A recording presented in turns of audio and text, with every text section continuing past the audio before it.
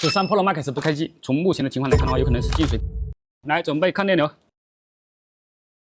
DLPU 怎么直接跳一下，直接干在76呢？不知道是不是硬盘这个被干虚焊了，还是什么情况啊？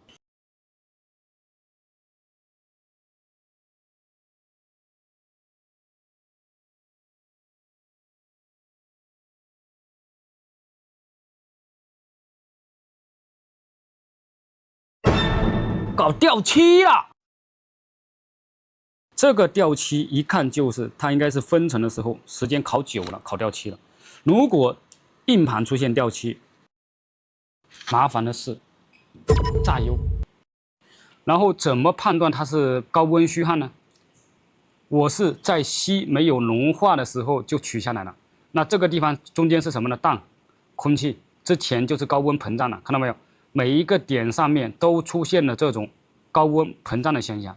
那么只要是硬盘一膨胀啊，这中间都是洞啊，都是洞，空心洞啊。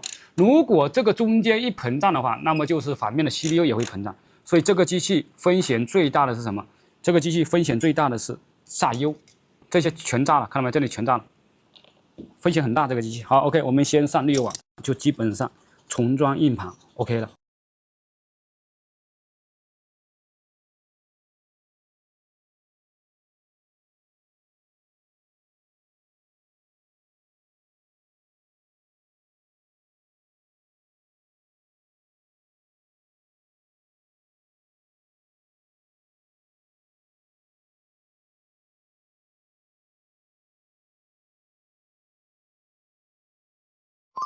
漂亮。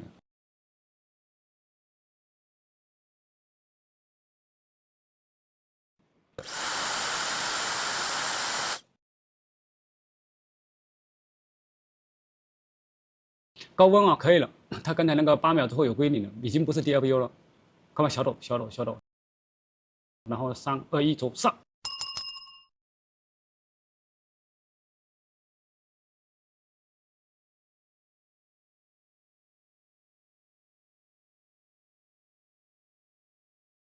这个屏有漏电啊，这屏有漏电，组装屏有漏电。资料 OK， 没有问题。